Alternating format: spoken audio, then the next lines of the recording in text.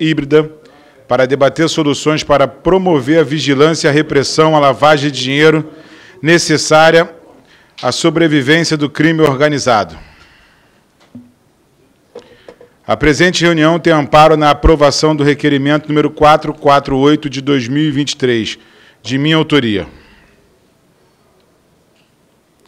Com base no artigo 220 do parágrafo 1º do Regimento Interno, convido neste momento para compor a mesa, representando a Polícia Federal, o senhor Felipe Alcântara de Barros Leal, chefe da Divisão de Repressão à Lavagem de Dinheiro da Polícia Federal.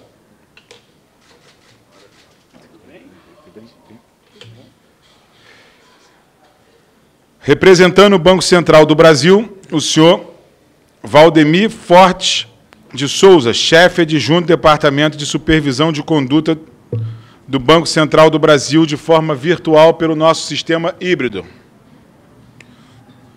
O senhor Ricardo, presidente do Conselho de Controle de Atividades Financeiras, o COAF, de forma virtual pelo nosso sistema híbrido. E representando o Ministério Público Federal, o senhor Dr. Henrique de Sá Valadão Lopes, procurador da República no Estado do Amazonas, da 2ª Câmara Criminal de Coordenação e Revisão do Ministério Público Federal. Quanto aos procedimentos, faço os seguintes registros. O tempo reservado aos convidados é de 10 minutos, prorrogável se for necessário, não podendo haver a parte. Cada deputado inscrito para interpelar poderá fazê-lo por 3 minutos. Os convidados interpelados terão igual tempo para responder, facultadas as réplicas e as tréplicas no mesmo prazo. Antes de iniciar as exposições,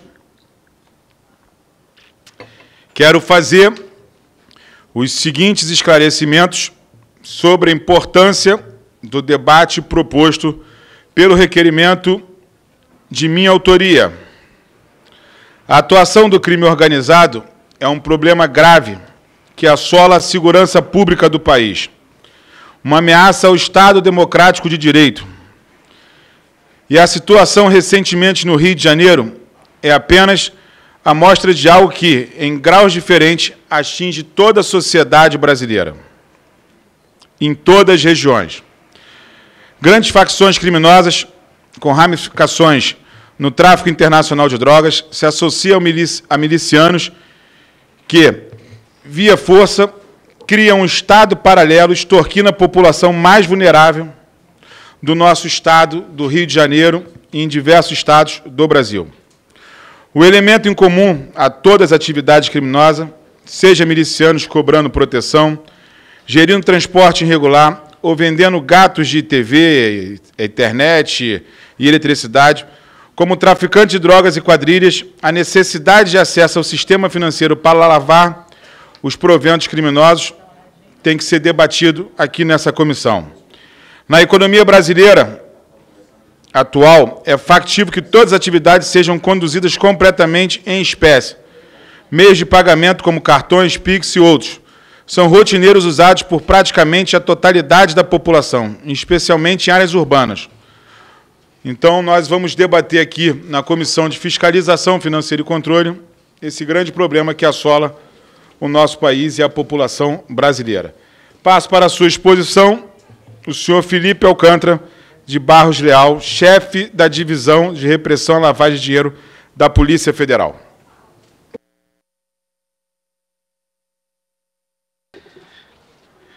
Muito bom dia, muito obrigado, deputado Auro Ribeiro, pelo convite.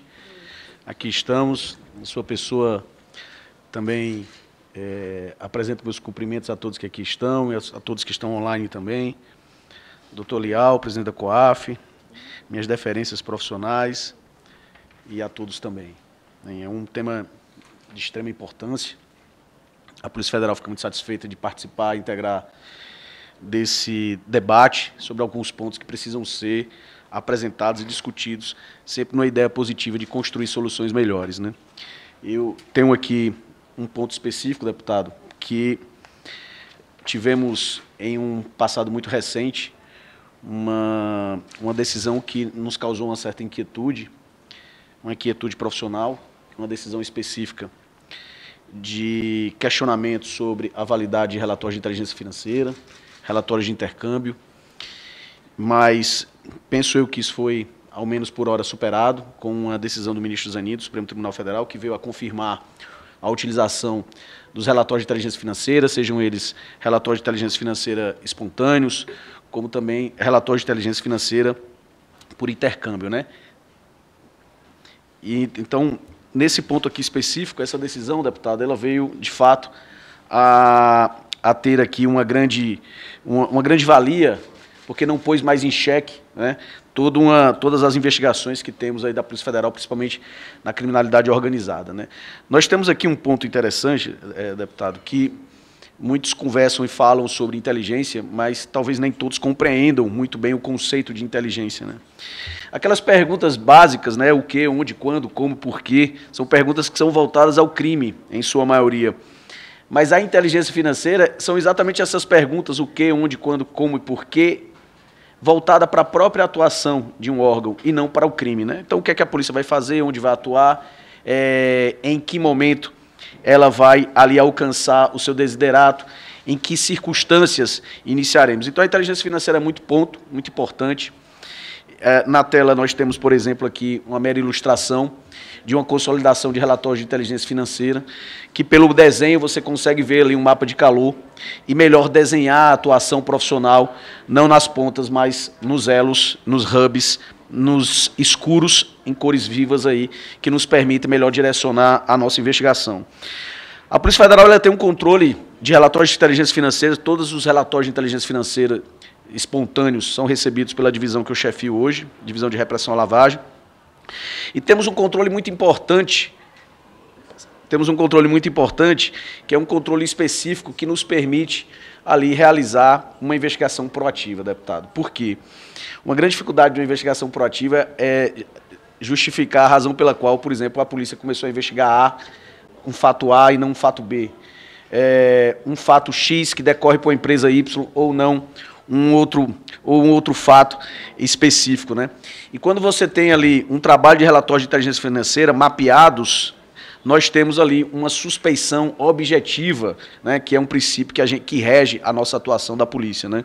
Ou seja, trabalhar não exatamente ali específico sobre o subjetivo, mas ter uma linha de corte que nos permite ali trabalhar com um anteparo a evitar qualquer questionamento.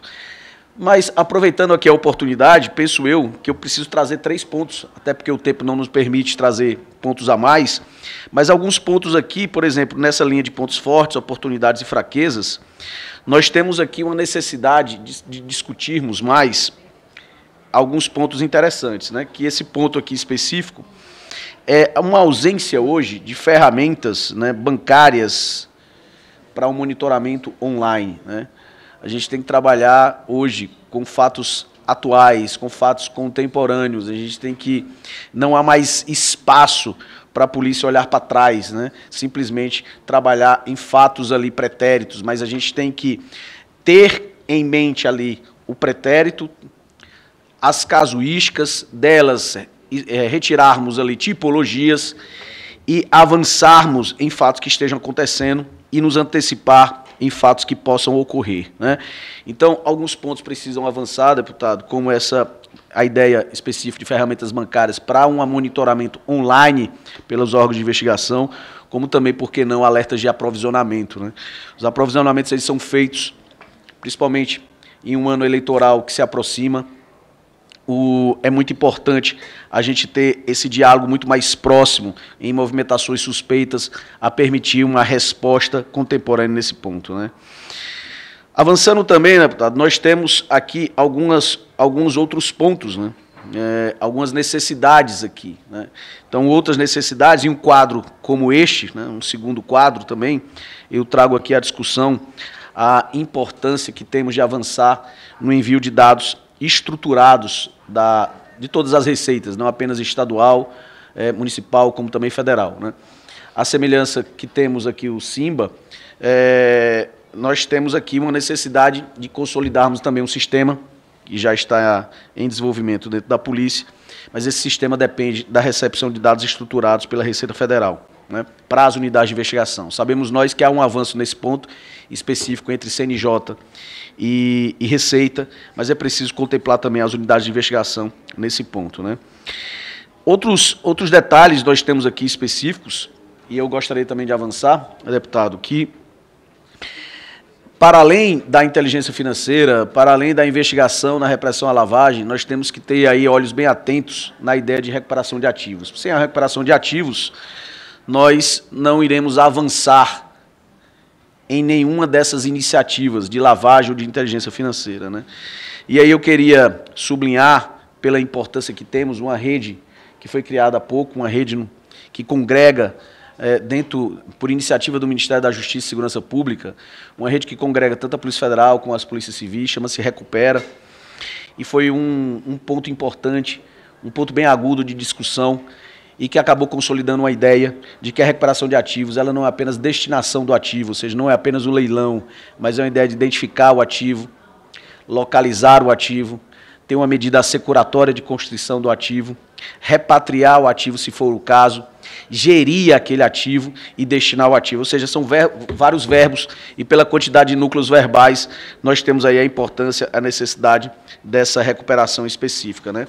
Alguns desafios existem em relação à recuperação de ativos, como, por exemplo, cláusulas contratuais com leiloeiros, são alguns pontos que a gente precisa realmente discutir em relação a um avanço para que sejam contratos convidativos, não só para os leiloeiros, mas que possam ser realmente a um ponto de solução, não só para a Senad, como para a própria polícia, que não pode ter em seus depósitos bens ali sem alienação antecipada. Então, me concentro, deputado, se assim me permite, nesses 3 pontos aqui. Os 3 pontos é a necessidade, de fato, de monitoramento online das movimentações suspeitas, é algo que a gente precisa avançar. Há outra necessidade também muito importante, que é o recebimento de dados estruturados da Receita, ou seja, na verdade, a gente tem que cada região acaba encaminhando de uma maneira diferente os dados para a polícia, isso dificulta muito a nossa atuação. E, por fim, dá ênfase à questão da ideia de recuperação de ativos em todos os núcleos verbais, porque aí é uma cadeia concatenada por nexos forçosos investigativos, sem o qual a gente não consegue avançar no tema. Agradeço mais uma vez e à disposição, deputado. Agradeço a exposição do senhor Felipe Alcântara, chefe de divisão da Polícia Federal. O senhor Valdemir de Souza, chefe adjunto do Departamento de Supervisão de Conduta do Banco Central do Brasil, com a palavra pelo nosso sistema híbrido. Obrigado. Excelentíssimo senhor deputado Áureo Ribeiro, autor desse requerimento para essa audiência pública, saúdo, em nome do Banco Central, aos demais participantes dessa mesa, doutor Felipe Leal, doutor Henrique de Savaladão, ao meu amigo Ricardo Leal. É com grande satisfação que eu compareço a essa comissão em nome do Banco Central para debater esse tema. E eu gostaria de usar o meu tempo, primeiramente, para dar uma rápida pincelada de como é a atuação do Banco Central na questão como stakeholder do sistema de prevenção à lavagem de dinheiro, né? Nós temos um departamento especializado, né, que é o Departamento de Supervisão de Conduta, né, que conta atualmente com em torno de 55 servidores para efetuar a supervisão do sistema bancário, sistema financeiro, das entidades autorizadas pelo Banco Central. Por conta dessa proporção e por conta da necessidade de aplicar uma supervisão baseada em risco, o foco do Banco Central tem sido muito em fazer a supervisão dos processos, né? As inspeções são bastante focadas em avaliar a qualidade da política, dos procedimentos e controles internos das instituições por nós supervisionadas. Nós temos um desafio grande, que foi o extraordinário crescimento, né, do sistema de pagamentos nos últimos anos, principalmente depois do lançamento do PIX, né? Contamos hoje com cerca de 1.600 entidades para supervisionar, e a gente tem, por isso, dado um foco muito grande a aprimorar os nossos processos de supervisão para que a gente consiga ser eficaz, né, nessa atuação, especialmente agora que a gente nota o crescimento, né, da importância do crime organizado, né, como uma ameaça ao sistema de prevenção à lavagem de dinheiro. Então, a gente tem discutido, né, formas contínuas de, a partir desse escopo, a gente poder fechar cada vez mais as portas para a atuação dessas redes, né.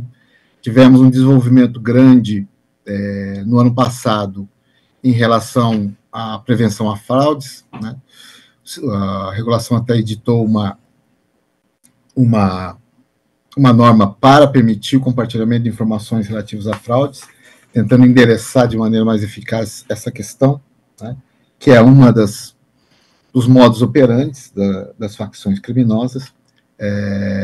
Também estamos atuando na ENCLA, né, na Estratégia Nacional de Combate à Corrupção e Lavagem de Ativos, juntamente com os demais membros integrantes, para endereçar, inclusive, questões que foram colocadas pelo Dr. Felipe Leal, né, que é questão de ferramentas, né, é o uso intensivo de dados estruturados para que a gente tenha, né, a gente possa,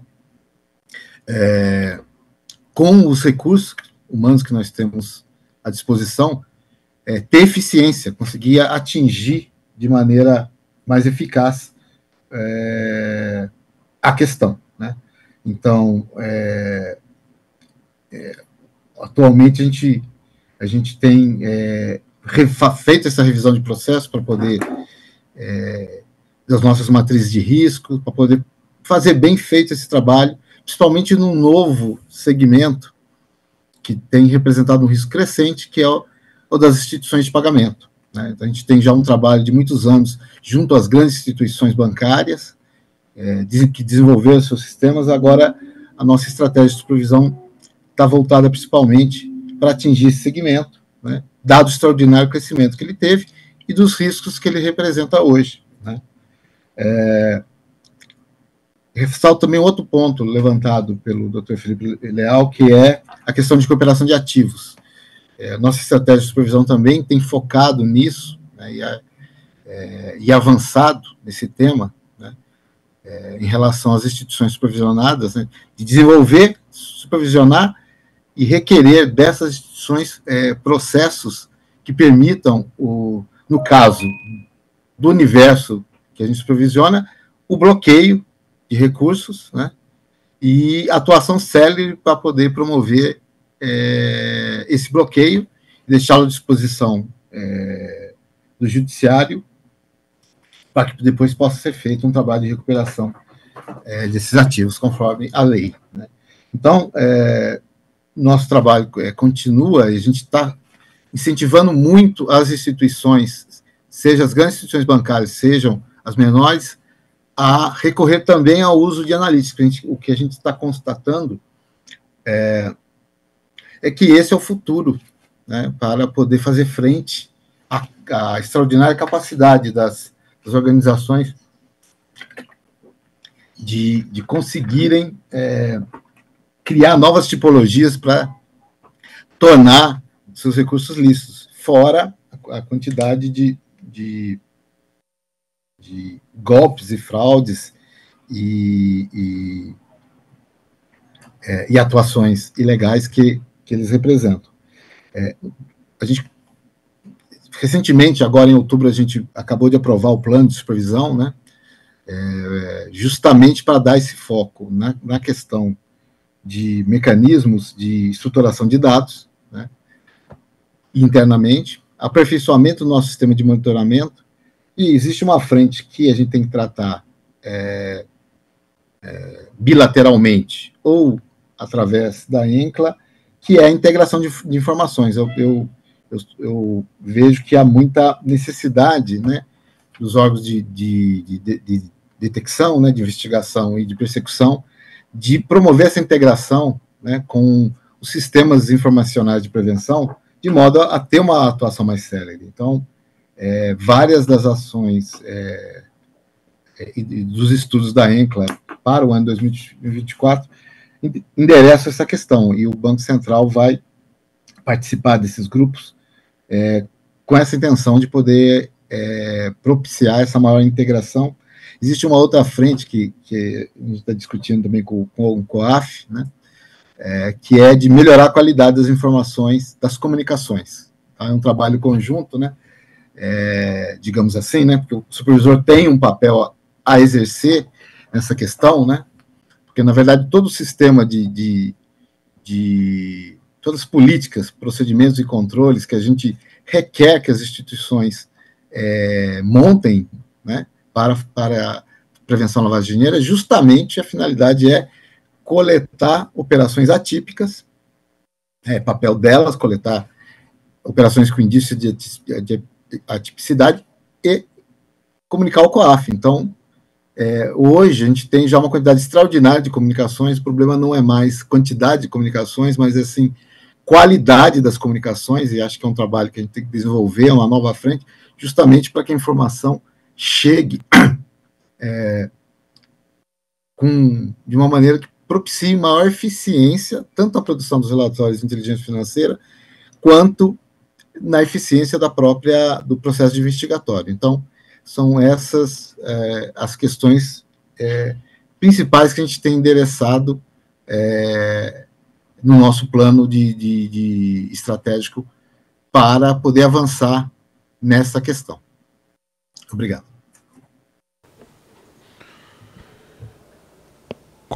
Agradeço a exposição do senhor Valdemir Forte, convido o senhor Ricardo Leão, presidente do Conselho de Controle de Atividades Financeiras do COAF, para a sua exposição.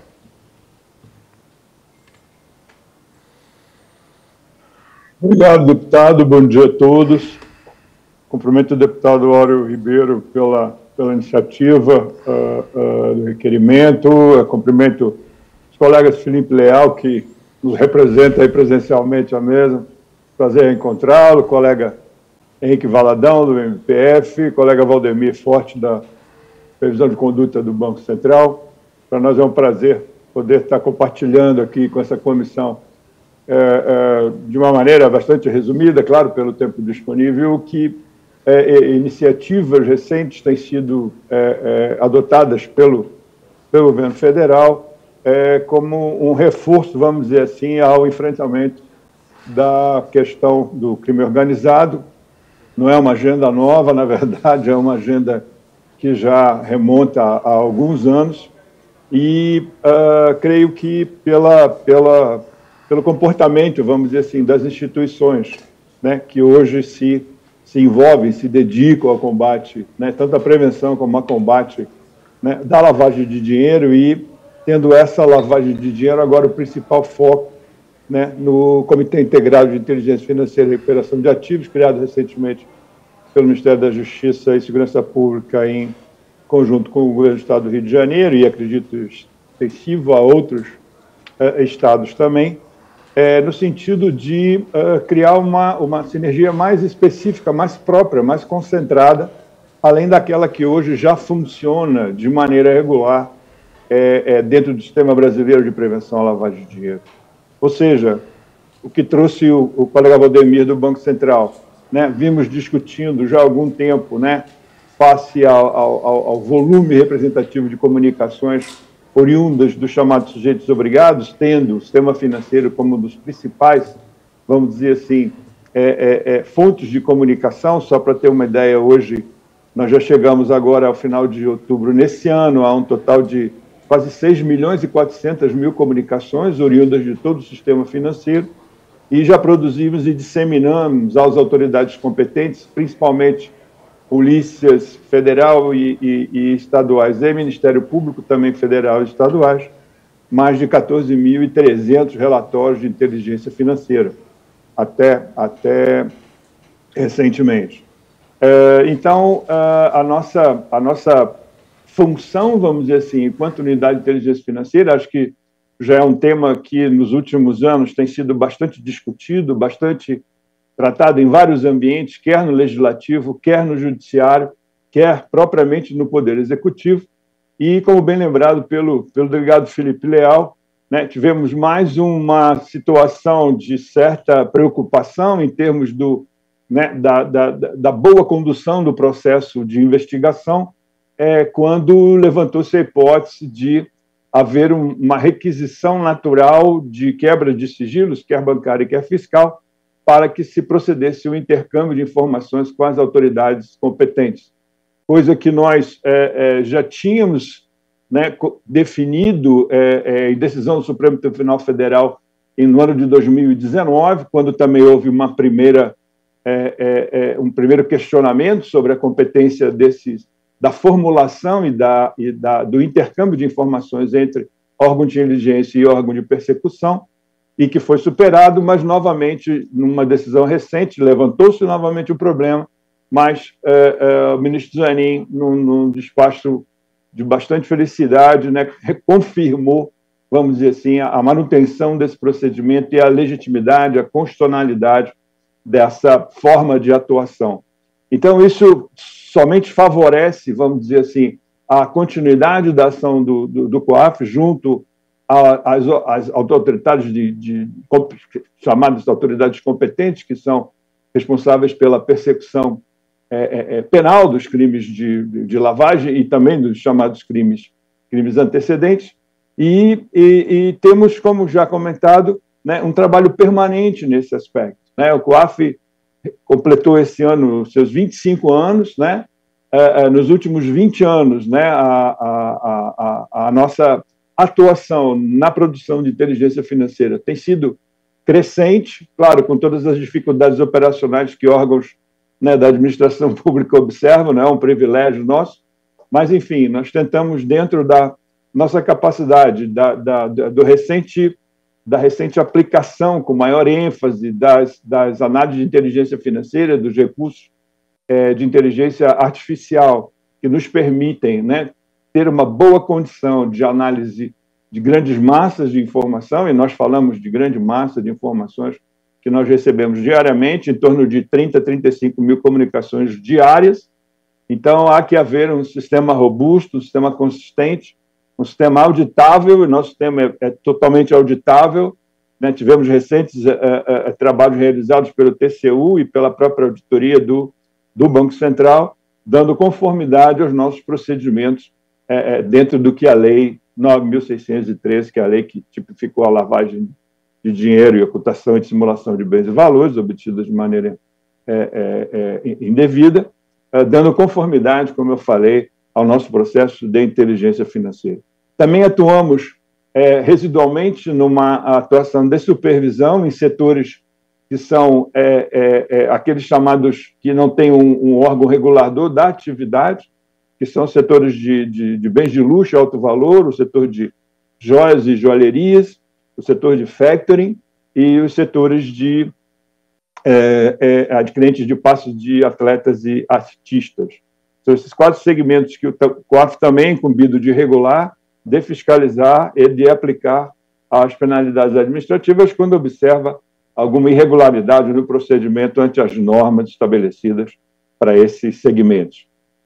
Diria que as normas, né, tanto do Banco Central, quanto da CVM, quanto da SUSEP, quanto da Previc, quanto da Polícia Federal em relação às transportadoras, tanto da CNJ em relação aos cartórios, ou seja, todos os reguladores que atuam junto aos seus regulados na parte de regulação, fiscalização e aplicação de penalidades, têm, vamos dizer assim, uma identidade nas suas pontos comuns, nas suas regulamentações, que é, fundamentalmente, a política de conhecer o seu cliente, que ninguém é melhor daquele que presta serviço para conhecer o seu cliente, registro de operações que permita a rastreabilidade de todas as operações realizadas, caso, né, algumas delas se vejam relacionadas a algum processo de investigação pelas autoridades de persecução, e a famosa comunicação ao COAF, a Unidade de Inteligência Financeira, como forma de colaboração da sociedade civil, vamos dizer assim, dos particulares, no enfrentamento ao crime organizado de uma forma geral, no enfrentamento a todas as situações que vamos dizer assim, né, buscam, vamos dizer assim, esses setores para dar legitimidade a recursos obtidos de maneira indevida ou ilícita.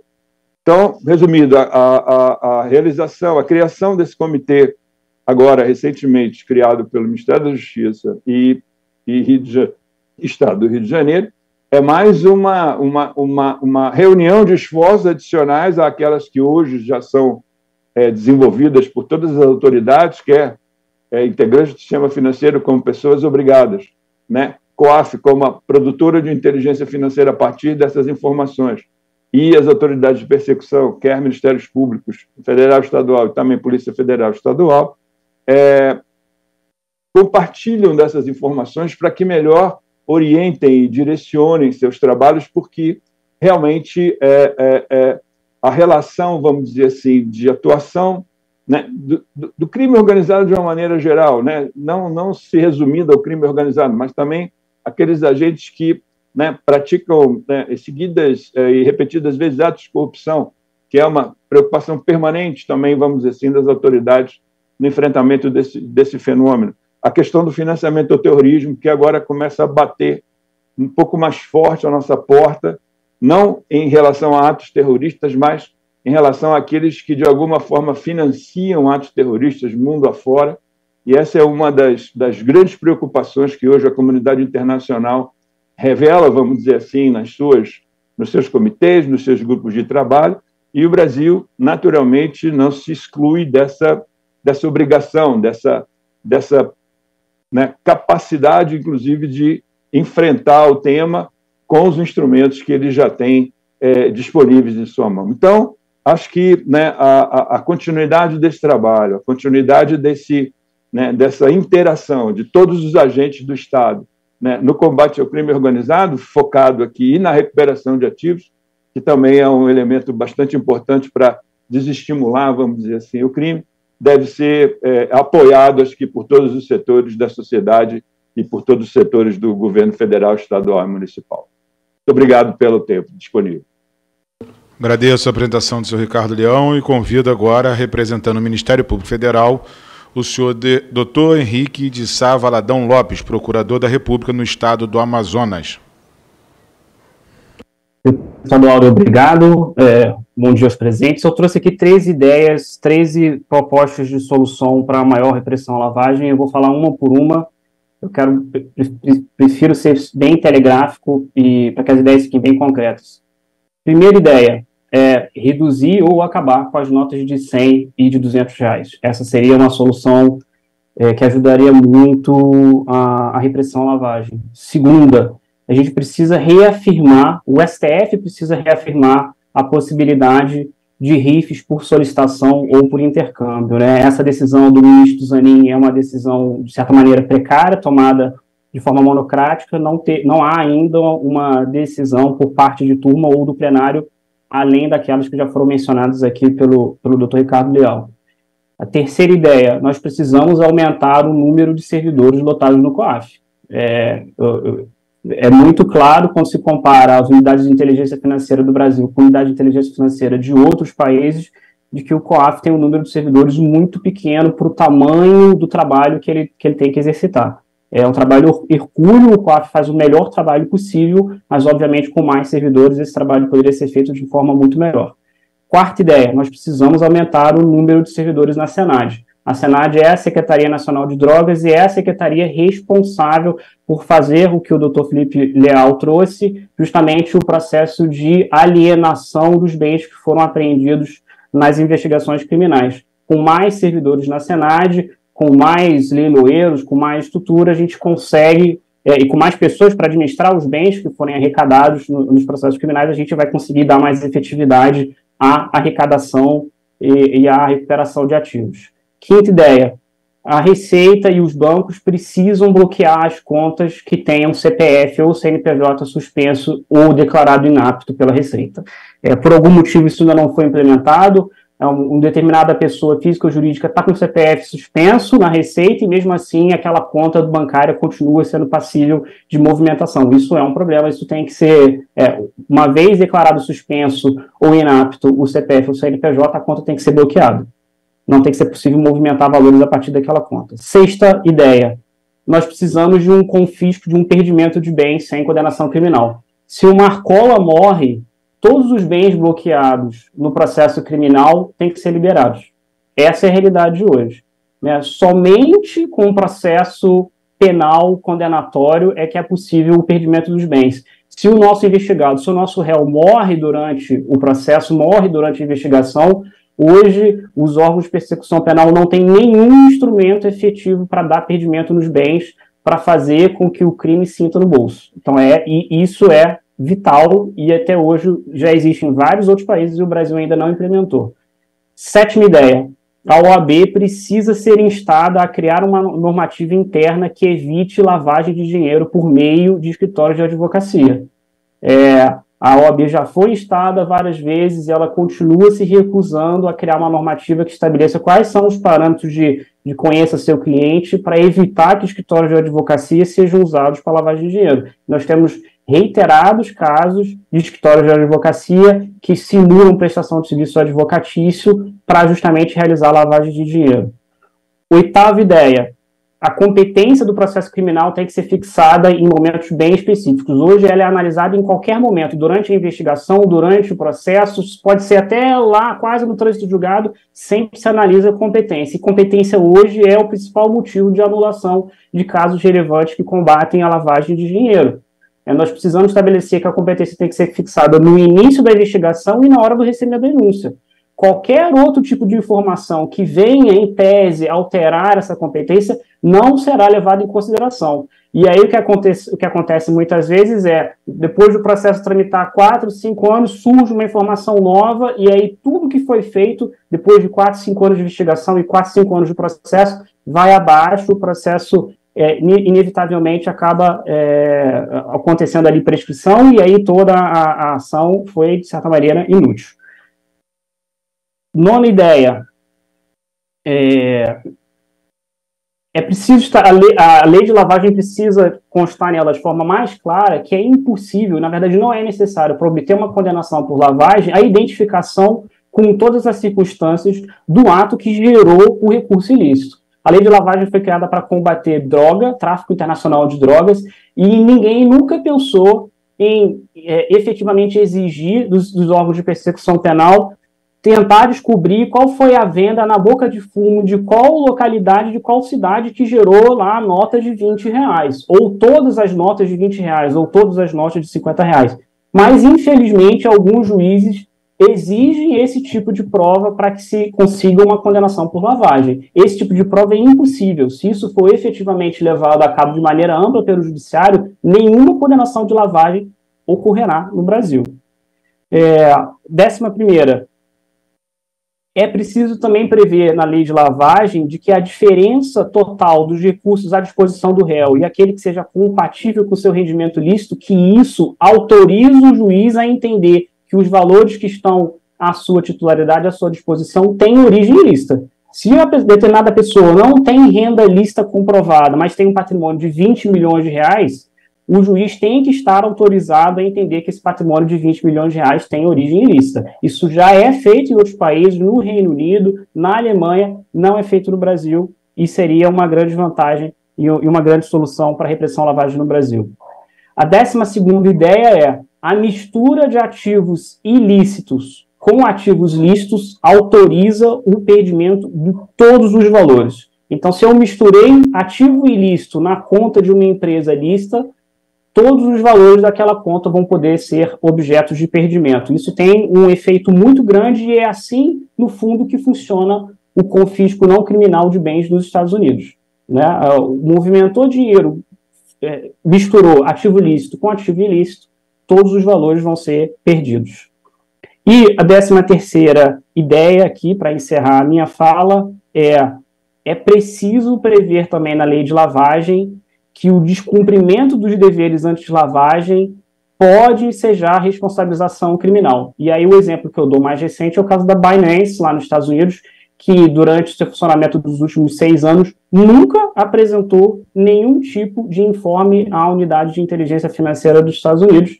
E aí, por conta disso, o presidente e a própria empresa foram acusados criminalmente e fizeram um acordo com o Departamento de Justiça dos Estados Unidos para pagarem 4 bilhões de dólares e reconheceram a culpa por não exercerem ali de forma suficiente os deveres anti-lavagem. Nós não temos no Brasil hoje nenhuma previsão de responsabilização penal clara e explícita de que o descumprimento dos deveres de comunicação ao COAF pode ensejar responsabilização criminal. Nós precisamos de uma alteração legislativa que diga isso às claras, para que o IPF e a polícia possam efetivamente conseguir o que nós estamos aqui para fazer, que é condenações criminais e o perdimento de bens. É isso. Muito obrigado. Agradeço a exposição do senhor Henrique Valadão. Prezados membros da presente comissão e demais convidados, gostaria de cumprimentá-los e agradecer pela presença. Como todos sabem, recentemente fui presidente da CPI das pirâmides financeiras, que logrou êxito em evidenciar diversas organizações criminosas, indiciando pessoas, além de trazer luz a diversas mazelas existentes no sistema de prevenção e repressão a essa modalidade de crime organizado, que lesa os cidadãos de bem no nosso país, em alguns casos, e leva as vítimas até o suicídio. Pois bem, diante desse cenário, gostaria de fazer algumas perguntas e que elas fossem respondidas por todos que fizeram a sua exposição, diante das experiências de cada convidado. Recentemente, o Supremo Tribunal de Justiça, por intermédio de decisão do ministro Antônio Saldanha Pinheiro, declarou a ilicitude dos relatórios de inteligência fiscal oriundos de solicitação da autoridade policial, sem decisão judicial antecedente.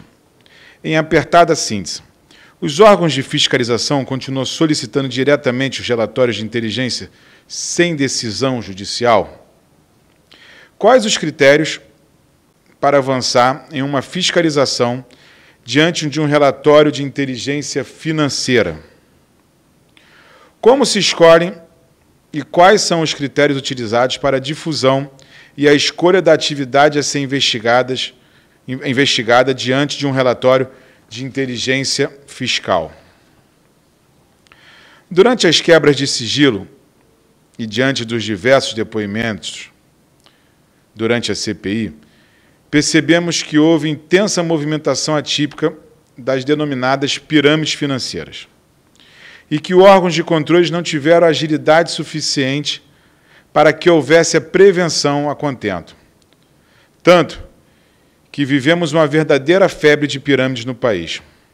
Quais são as medidas adotadas por cada órgão presente para que esse tipo de modalidade delituosa não traga mais mazelas à sociedade brasileira? Outra pergunta. Só a título de exemplo, o cidadão médio que vai ao banco depositar em dinheiro determinada quantia, qualquer cidadão brasileiro, político, advogado, médico, é solicitado o CPF e possivelmente terá essa movimentação adotada como atípica, se fugir o padrão da sua movimentação. Qual é a explicação para a tamanha intensa movimentação de atividade financeira das pirâmides financeiras não ter o alerta ligado de forma imediata aos órgãos de prevenção e repressão?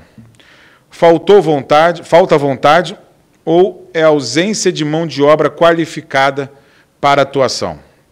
Os bancos e o segmento como todo fecham os olhos para essa intensa movimentação financeira por ser lucrativa? Outra pergunta.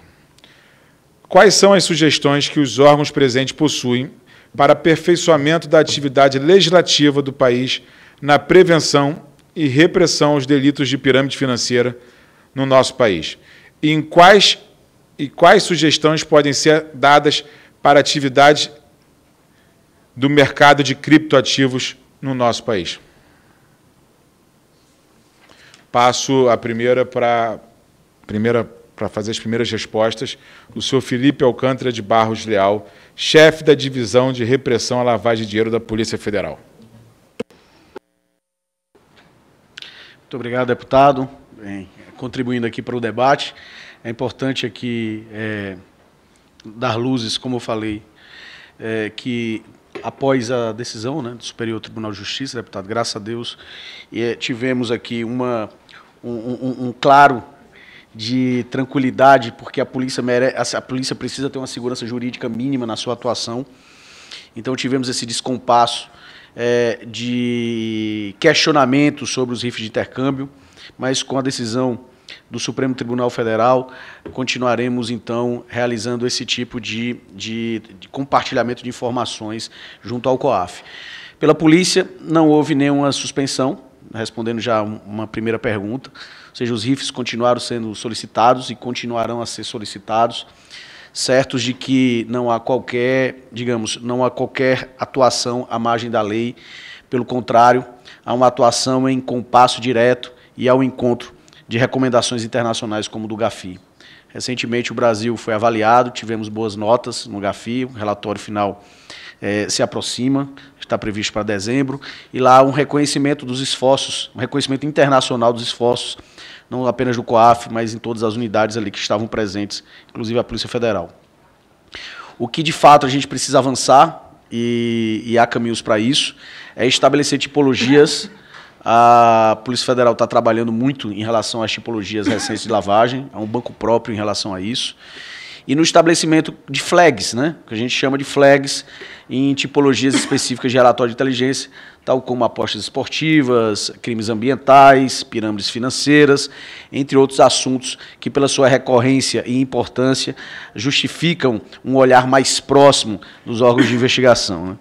De fato, deputado, há uma necessidade, foram postas algumas sugestões aqui por mim, outras sugestões também pelo próprio Ministério Público Federal, doutor Henrique Valadão, muito oportunas, e que, uma vez aceitas, acho que é importante a gente ter esse ponto de partida, essa oportunidade aqui na Câmara, porque há uma necessidade realmente de avanço, inclusive legislativo, para que a gente possa trabalhar com essa segurança necessária no enfrentamento ao crime organizado no Brasil. Muito obrigado. Passo ao senhor Valdemir Fortes de Souza, do Banco Central do Brasil. Senhor deputado, então, relativamente às questões que o senhor nos endereça, o Banco Central tem, conforme eu falei na exposição inicial, em relação aos relatórios, aos RIFs, agora, assim, não aos RIFs, né, mas às comunicações, né, que embasam os RIFs, um trabalho para os próximos anos de melhorar a qualidade, porque a questão não é mais a quantidade, mas sim de melhorar a qualidade das informações que compõem as comunicações, né? E com isso enriquecer os relatórios de inteligência financeira, né? E melhorar a eficácia, né? Relativamente às movimentações atípicas, então, relativamente a criptoativos, por exemplo, nós vamos ter agora, em 2024, a regulação dessas entidades, né, baseadas a partir da lei, né, específica de criptoativos. A gente vai estar trabalhando na regulação intensamente, o Departamento de Normas, e prevê que essa regulação esteja pronta até meados do ano que vem.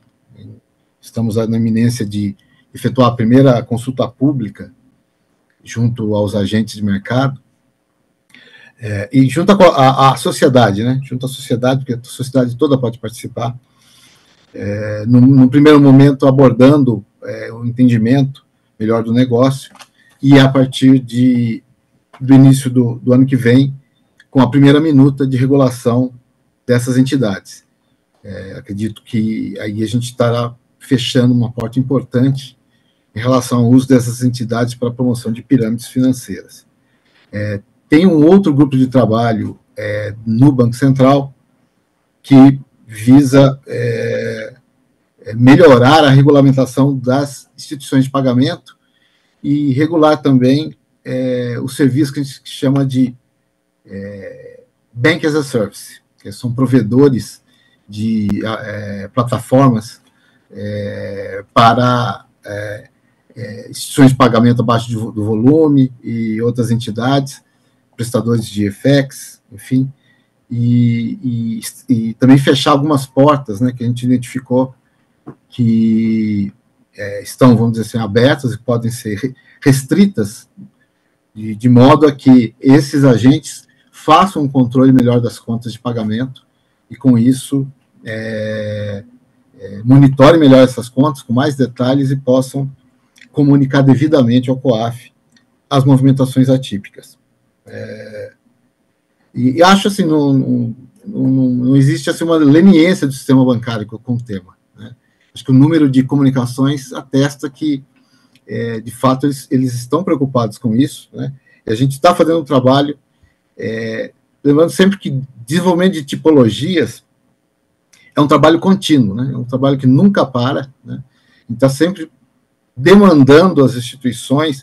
Eu acho que é um dos processos nevrálgicos, né, de um sistema de prevenção à lavagem de dinheiro que um banco monta, que um banco digital monta, que uma instituição de pagamento monta, que ter minimamente uma equipe especializada que possa desenvolver tipologias. Então, a gente tem cobrado não só desenvolver, como a manutenção, a revisão, e isso demanda também bastante interlocução via as associações, com os órgãos de investigação e persecução, porque isso acaba sendo bastante rico para as próprias instituições, com essa interação, desenvolver insumos para desenvolver essas tipologias. Então, o nosso papel é cobrar que isso seja feito, e lembrando de novo, a gente tem um universo supervisionável que a gente está atingindo, né, que a gente ainda não atingiu, mas está atingindo com nossos planos de supervisão, que foi oriundo do crescimento extraordinário observado nos últimos anos. Então, estamos correndo atrás, e acredito que também uma ênfase a essa tipologia de pirâmide,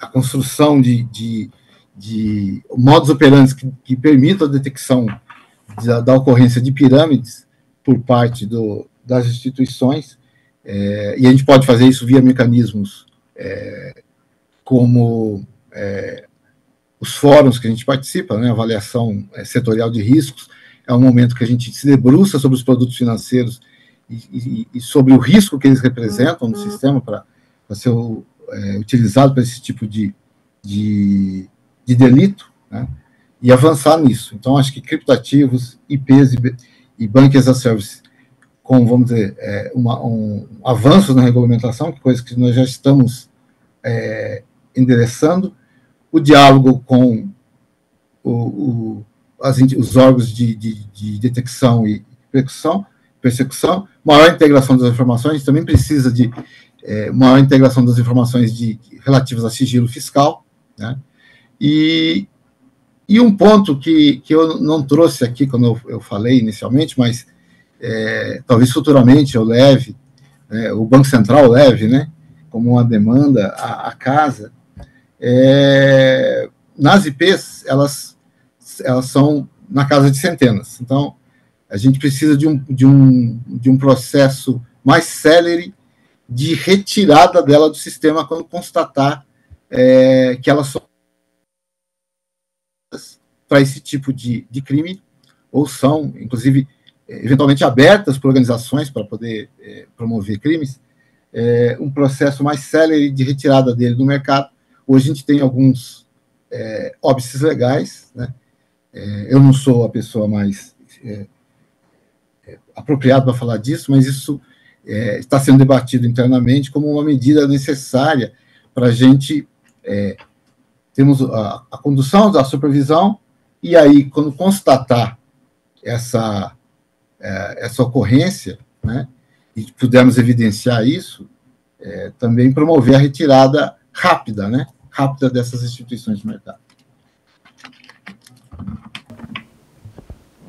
Agradeço a exposição. Passo para o seu Ricardo Leão, presidente do Conselho de Controle de Atividades Financeiras, o COAF.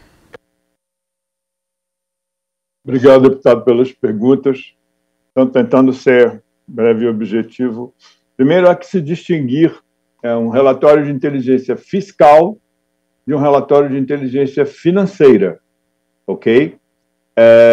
O que nós estamos tratando aqui é a utilização, a forma de intercâmbio de relatórios de inteligência financeira produzida pelo Banco Central, no entendimento de que não há, né, qualquer necessidade de autorização judicial prévia, segundo a própria decisão do Supremo Tribunal Federal, para que esse tipo de informação seja compartilhada entre o COAF e as autoridades competentes. Por quê? Porque nós não estamos, nesse relatório, quebrando o sigilo bancário ou fiscal, ok? E o sigilo das informações que eventualmente constem dessa peça informativa, ela é transferido para a autoridade ao qual o documento é disseminado.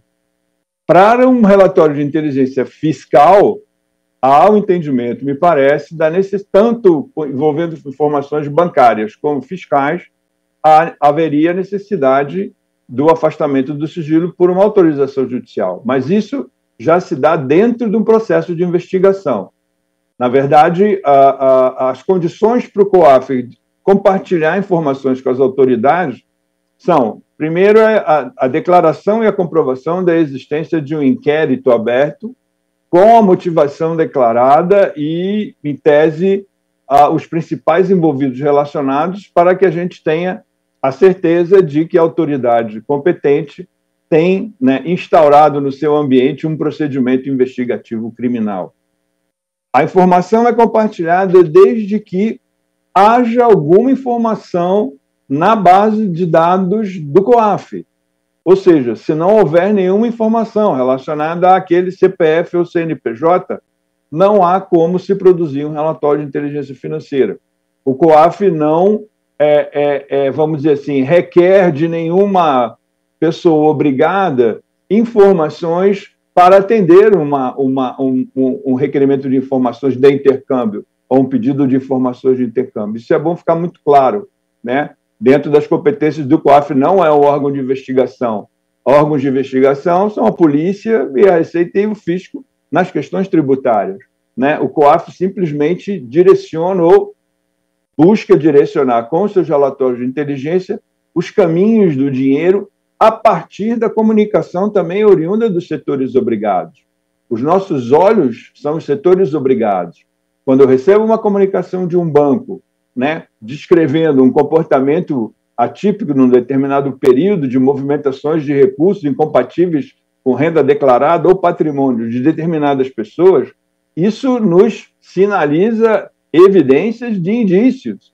Mas eu não tenho como afirmar que aquilo é um crime, a não ser que eu compartilhe com a autoridade competente para desenvolver essa investigação e aí sim se confirme ou não, através de quebra de sigilo bancário, através de quebra de sigilo fiscal, a evidência, né, da prova de que aquele recurso foi obtido de maneira ilícita, de que aquele movimento informado realmente buscava ocultar ou dissimular a origem desses recursos, buscando dar licitude aos respectivos recursos, ok? Então, essa distinção entre relatório de inteligência fiscal e inteligência financeira é fundamental para que a gente não confunda as regulações que orientam cada um desses documentos. A questão das pirâmides é uma questão que não é nova, vamos dizer assim, ela tomou, né, uma dimensão, né, mais ampla nos últimos tempos. Ela teve, vamos dizer assim, sempre foi um item de preocupação das autoridades, né, do direito do consumidor, do próprio Banco Central, em termos de, né, tentar, vamos dizer assim, mapear ou identificar aqueles que se dedicam a produzir esse tipo de sonho, vamos dizer assim, àqueles que acreditam, né, em milagres em termos de finanças, mas imagino que, né, haja uma preocupação, não só por parte dos bancos, mas também por parte das autoridades policiais, em identificar, né, eventuais sinais exteriores de riqueza que, naturalmente, os mentores dessas pirâmides começam a demonstrar.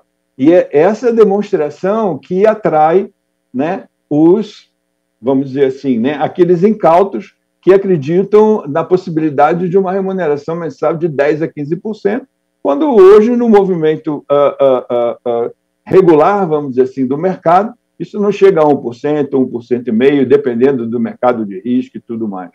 Então, essa pirâmide, ainda mais com a atração dos chamados criptoativos, né, complicou um pouco mais, vamos dizer assim, a possibilidade de atuação da polícia nos processos de investigação, embora a gente tenha conhecimento de vários casos de grande sucesso conduzidos pela polícia, chegando até a dar perdimento, a alcançar os criptoativos e dar perdimento a esses documentos, a esses ativos, e, né, dentro da ideia de recuperação de ativos decorrentes da atuação criminosa do crime organizado. Então, a decisão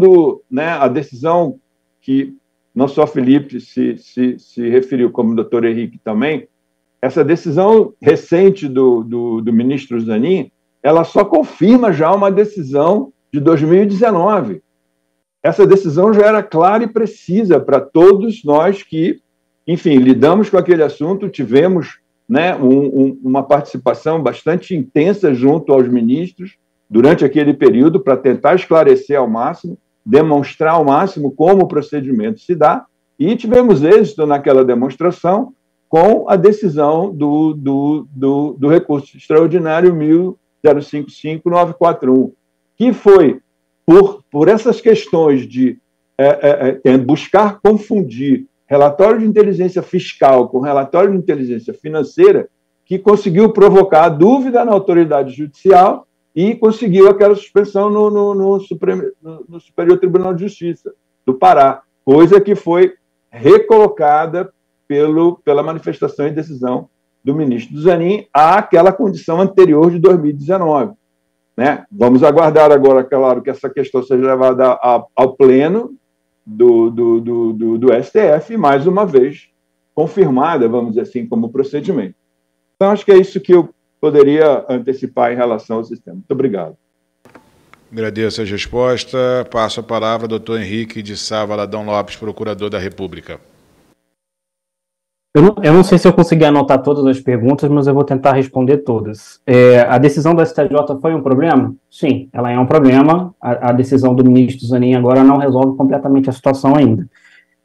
Dentro do Ministério Público Federal, deixou-se de pedir relatório de inteligência financeira por conta da decisão do STJ? Não se deixou de fazer essas solicitações, até porque se acreditava que a decisão estava equivocada e ia ser revista pelo STF.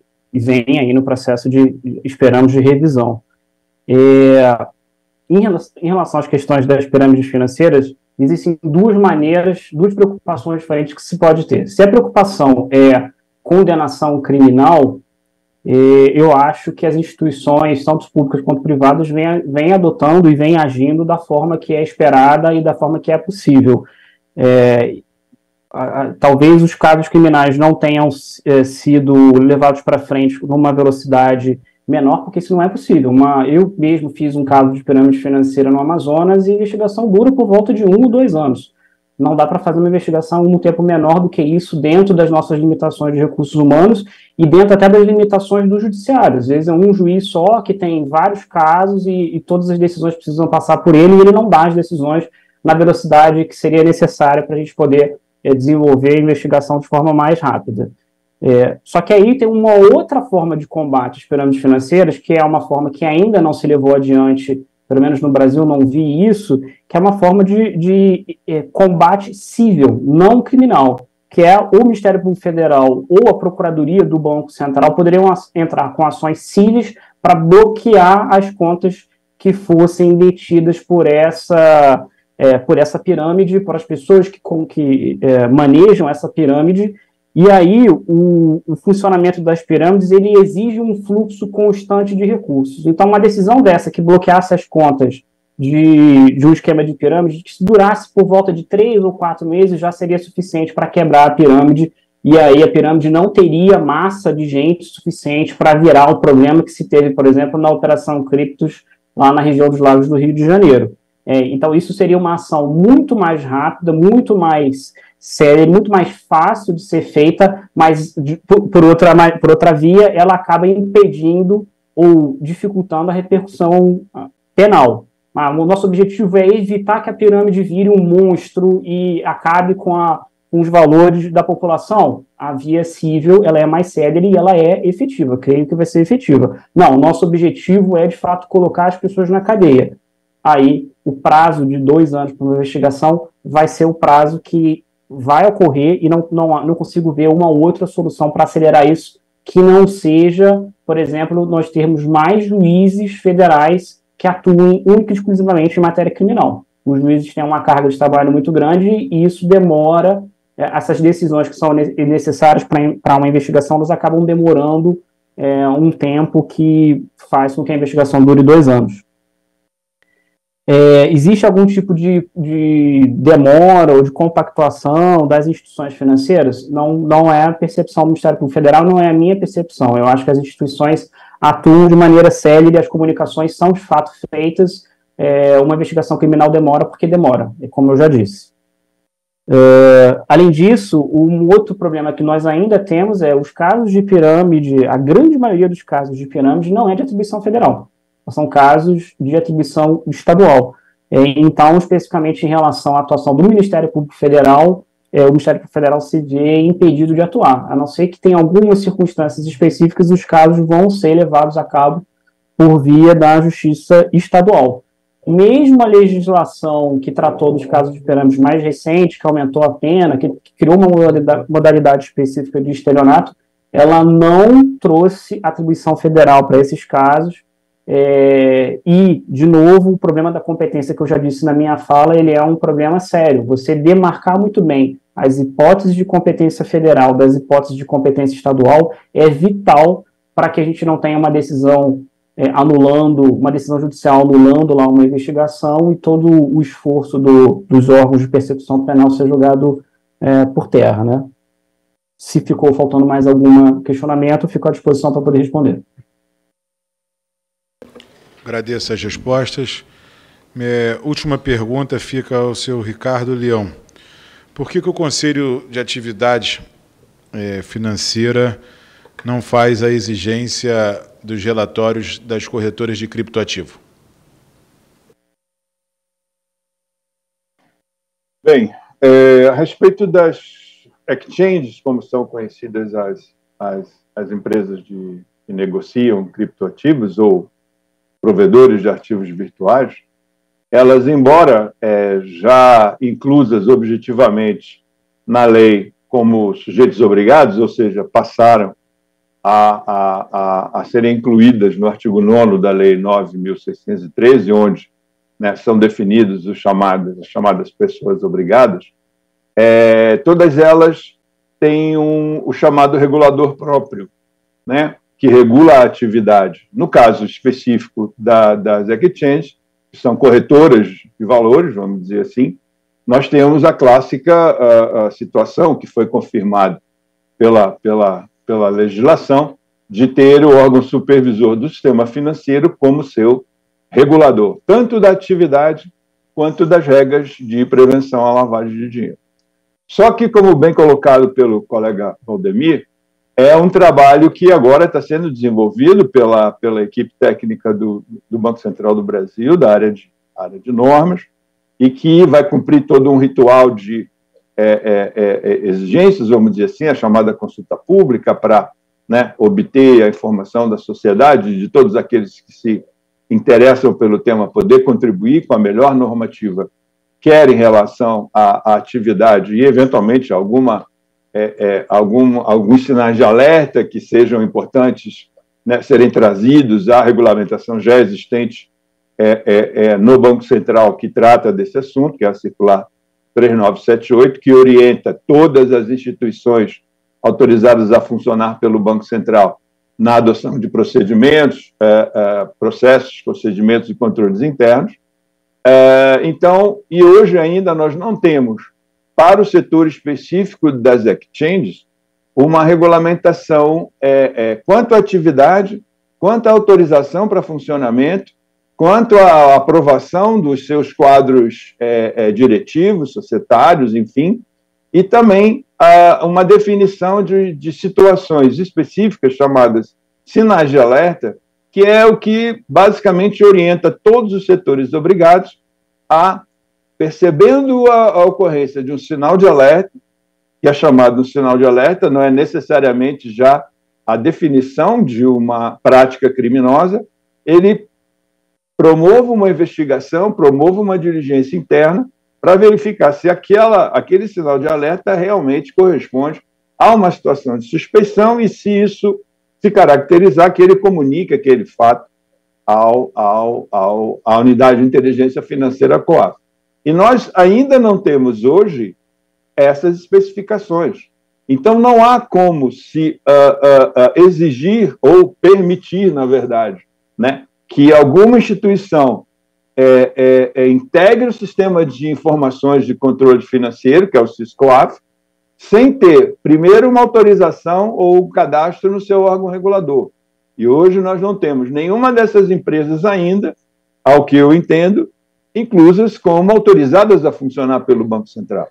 Esse processo ainda vai ser em andamento a partir da regulamentação que vier a ser baixado. Então, eu não tenho como autorizar o ingresso no meu sistema de informação, que é um sistema seguro, é um sistema criptografado, é um sistema que requer todo um controle de uma empresa que eu não sei quem é o diretor, não tem autorização da autoridade competente, então eu não posso permitir que ele, né, se utilize desse mecanismo que é restrito, volto a dizer, a pessoas obrigadas, cadastradas ou autorizadas no seu órgão regulador, para que ele possa, sim, a partir de então, observado os sinais de alerta pela autoridade que o regula, passar a ser um comunicante regular dentro do sistema de prevenção da unidade de inteligência financeira. Essa é a razão fundamental da impossibilidade ainda, né, desse mecanismo ser utilizado pelas exchanges. Mas tão logo aprovada pelo Banco Central a regulação, esse processo vai ser imediato, não tenha dúvida. Então, deixa eu tentar ver se eu compreendi de uma forma mais resumida. Todo mundo que opera, então, com criptoativo opera no mercado livre. A gente pode dizer que... É um mercado não regulado, isso. Mercado não regulado, que não tem um olhar. Então, se traficante de drogas, se milicianos, se pessoas que querem fazer evasão de divisa, se dinheiro de forma... dinheiro ilegal no país, de tudo quanto for, pode trabalhar com criptoativo que não vai ter o olhar do COAF para fazer evasão desses recursos do Brasil, transformando bilhões de reais no nosso país de dinheiro ilegal sendo sacado em outros países de forma legal, porque o COAF não vai ver. Hoje não tem como ver, não é isso? Exato. Eu não tenho como ver porque eu não tenho um mecanismo que autorize essas empresas a fazer, como o senhor disse, as tais comunicações de operações suspeitas. Então, até porque ele não tem essa orientação ainda formal por parte da... Não, é bom para a gente ter clareza, senhor Ricardo, porque a gente transaciona no Brasil, nas plataformas de criptoativo, 30 bilhões diário. Ficam sendo transacionadas no nosso país. A gente tem diversas empresas que lesaram a população brasileira, e essas empresas, quando você via na Receita Federal, eram empresas inscritas no Simples Nacional e tiveram bilhões de reais sendo transacionados nas suas contas correntes. O Brasil tem corretoras de valores transacionando bilhões de reais por dia. E não tem nenhum olhar. Então, é muito fácil a gente estar tentando, lá no Rio de Janeiro, combater o tráfico de drogas, combater os milicianos, mas eles pegando esse dinheiro de forma ilegal e transformando esse dinheiro sendo um dinheiro legal, sacando em outros países, porque não tem um olhar do governo, ele podendo transacionar. E a gente sabe que o dinheiro está informado, está sendo transacionado por meio de criptoativo, conforme diversas operações da Polícia Federal, diversas operações da Polícia Civil, diversas fontes já claras e objetivas, e a gente não está conseguindo combater, a gente está correndo atrás, né, do cachorro correndo atrás do rabo, a gente não consegue nunca resolver o problema e vamos ter que conviver com o problema pela falta de competência do Executivo de resolver o problema. Se é Banco Central, se é Ministério da Fazenda, se é a Receita Federal, mas a gente tem um problema que a gente está vivendo correndo atrás do rabo, e, infelizmente, quem está sofrendo é a população brasileira, é o aumento da violência, é o crime de drogas crescendo no Rio de Janeiro e no Brasil, e a gente não consegue resolver um simples problema, que é combater quem está transacionando esse dinheiro. Então, é uma triste realidade que a gente está convivendo no Brasil. Só um desabafo, porque é inadmissível a gente ter movimentações de bilhões de reais e a gente vê o povo brasileiro sofrendo da forma que está sofrendo. Passo para as considerações finais de todos os membros aqui representados, começando pelo... E agradecendo aqui o delegado da Polícia Federal, o doutor Felipe Alcântara, pela participação presencial na nossa audiência pública, pela importância do tema aqui na Casa Legislativa. Doutor Felipe Alcântara de Barros. Deputado Áureo, mais uma vez, eu renovo meu agradecimento pela presença. É sempre importante debatermos esse assunto, um assunto de extrema valia, altamente contemporâneo. Foram postos aqui alguns assuntos aqui de alto relevo, como principalmente a ideia de criptos ativos, das exchanges, no reconhecimento de que há necessidade enorme de avançarmos. Pela Polícia Federal, laboratórios de repressão à lavagem e crimes financeiros foram implementados esse ano. Inclusive, nesta semana, tivemos uma primeira grande operação pelo nosso laboratório de Santa Catarina, que inclusive envolveu as questões inclusive de pirâmide e de criptoativos. A Polícia Federal ela permanece ali ativa, né, nesse enfrentamento, nos objetivos estratégicos que já desenhamos para o próximo ano. Tenha por certo que iremos avançar ainda mais na ideia de lavagem e de recuperação de ativos. Muito obrigado. Estamos aqui à disposição sempre, deputado. Doutor Valdemir de Souza. Também aproveito para agradecer a oportunidade de estar aqui nessa audiência pública para debater esse assunto. Lembrando que o Banco Central também tem uma tarefa de alta responsabilidade agora, que é fazer o processo de regulação das provedoras de ativos virtuais, das exchanges. Esse trabalho posso garantir ao senhor deputado que a gente está se dedicando como prioridade, né? Pretende colocar essa regulação o mais breve possível. Acho que ela vai contribuir bastante ao criar um mercado saudável, né? Uma referência para a população de onde ela deve aplicar seus recursos quando decidir investir em criptoativos. A gente espera criar isso. O padrão que a supervisão traçou para esses provedores é o mesmo que se exige para bancos, financeiras, cooperativas de crédito, que é a 3978. Então, a ideia é aplicar todos aqueles processos que estão previstos na circular 3978, que as provedoras também tenham esses processos montados. Isso vai ser um trabalho da supervisão, então logo a gente tem a regulação e a autorização dessas empresas. Acho que isso reduz, né, as possibilidades. O trabalho em cima, ressalto também que na ENCLA a gente definiu agora, questão de uma semana, uma ação específica para a questão de ativos virtuais, voltados para a questão de detecção, investigação e persecução, né? O Banco Central participa como colaborador, ele vai ser coordenado, se eu não me engano, vai ser coordenado pelo Ministério Público, essa ação.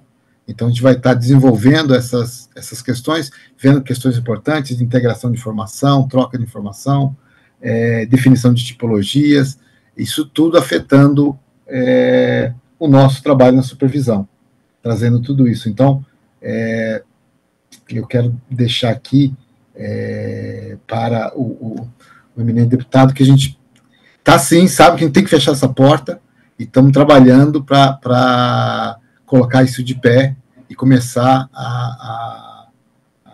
de fato, dificultar a ação dessas entidades aí na questão dos criptoativos. Obrigado.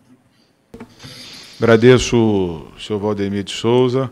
Passo para as considerações finais do senhor Ricardo Leão, deixando claro que nada só um desabafo, doutor Ricardo. Eu sou o autor do marco legal da criptoeconomia no Brasil, das criptomoedas, e é triste a gente ver que a gente demora a ter um avanço e ver o crime organizado crescendo no Brasil, prejudicando, né, em especial, quero deixar aqui o meu estado do Rio de Janeiro, que vem sofrendo com o aumento da violência e investimentos que poderiam ter sido gastos. Uma reportagem agora da Força Nacional no Rio, mais de 10 milhões de empregados, que poderia estar sendo gasto em saúde, em educação. A gente gasta para combater o crime, mas a gente vê que pequenos avanços que a gente poderia ter, porque todo esse dinheiro que está na corretora tem que passar pela instituição de pagamento, a gente não consegue resolver esse problema. Então é mais um desabafo, mas nada contrário, eu sei que tem as atividades que precisam ser reguladas e o Banco Central, todo o governo tem que dar a sua contribuição. E obrigado pela participação com as considerações finais. Obrigado, deputado. Não é o que se reparar sobre a sua agonia, sua angústia, que a nossa também, não tenha dúvida de tentar dar, né, efetivamente uma solução estruturada, regulamentar. O senhor sabe que os órgãos do Estado, né, só atuam dentro da lei, que é a nossa grande desvantagem em relação aos criminosos que atuam fora da lei. Então, fica uma competição, às vezes, um pouco desigual.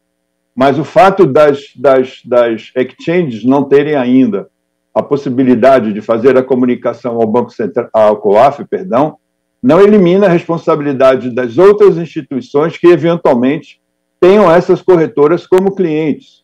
É importante destacar isso. Nós temos, sim, vários casos já conduzidos pela Polícia Federal, conduzidos pelo Ministério Público, em que parte dos recursos, vamos dizer assim, obtidos de maneira ilícita, são transformados em criptoativos das várias naturezas que eles se apresentam, e até com algumas operações de sucesso, né, como o próprio delegado Felipe destacou na sua fala. Então, a luta é permanente, a nossa ansiedade em resolver mais essa questão também já é agenda, né, dos últimos anos, tanto nos ambientes individuais de cada instituição, como no ambiente da própria ENCLA, como destacou o colega Valdemir do Banco Central, e esse ano, certamente, uma convergência aí de ações e de experiência já adquirida dos vários órgãos que integram o sistema de prevenção, vão certamente conseguir melhor enfrentar esse fenômeno aí, quem sabe até reduzi-lo a ponto de não ser tão mais importante, que efetivamente, né, recursos que são empregados na segurança pública têm uma destinação talvez melhor na saúde, na educação do nosso país. Mas tem a nossa compreensão, não tem nenhuma preocupação nisso, a gente convive com esse problema, né, e não é só em relação a criptoativos, é um leque enorme de temas que nos preocupam, mas, enfim, a cada um a gente vai tentando dar o tratamento e é o que vimos fazendo aí nos últimos 25 anos. E obrigado aí pela participação e estamos à disposição. Obrigado, doutor Ricardo Leão. Representando o Ministério Público Federal, doutor Henrique de Sá Valadão Lopes. Obrigado, deputado. Eu queria só reiterar e bater de novo na tecla da necessidade de um procedimento de perdimento de bens não criminal. Hoje, de fato, se o investigado morrer, o dinheiro vai para a família. É dinheiro de pirâmide, vai ficar com a família. Então, nós precisamos de uma previsão legislativa clara que estabeleça que, uma vez iniciada a investigação criminal, ainda que com a morte do investigado, vai ser possível obter o perdimento criminal daqueles bens, ou mesmo o perdimento não criminal daqueles bens, de forma independente do processo criminal. E isso de fato, um calcanhar de Aquiles hoje na persecução penal. E um outro ponto que eu queria colocar aqui na minha fala final se o objetivo de fato é inviabilizar as pirâmides financeiras, nós precisamos prever formas de bloqueio não criminal desses valores, seja por via administrativa, por parte dos bancos ou pelo Banco Central. A via administrativa mesmo, apertar um botão, os valores estão bloqueados, né, alguém lá no Banco Central fazer isso, seja por meio de uma decisão, uma ação civil. E isso é muito mais fácil, muito mais célere, muito mais rápido do que a gente tentar implementar isso por meio de processo penal. Então, se o objetivo, de fato, é inviabilizar a pirâmide financeira, uma previsão normativa explícita, isso de alguma maneira até já é possível, mas uma previsão normativa explícita que dê segurança para os órgãos de persecução implementarem esse bloqueio, isso fatalmente asfixiaria as pirâmides financeiras. Muito obrigado. Agradeço a todos participantes da nossa audiência pública. Não havendo mais nada a tratar, declaro encerrada a presente reunião.